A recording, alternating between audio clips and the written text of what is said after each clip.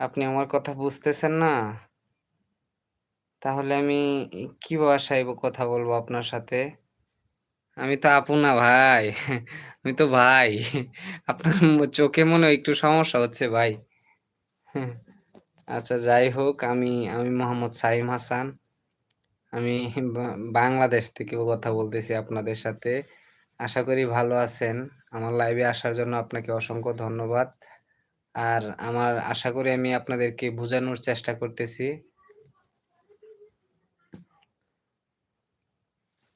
কেন আমাকে দেখে আপু মনে হচ্ছে আপনার? কি বলেন ভাই? তাহলে ভাই ইদানিং এর ভিতরে একটা চশমা নিয়ে নেন আপনি।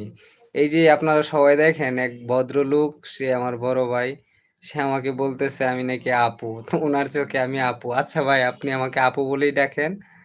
তাও আপনাকে অসংখ্য ধন্যবাদ। আপনার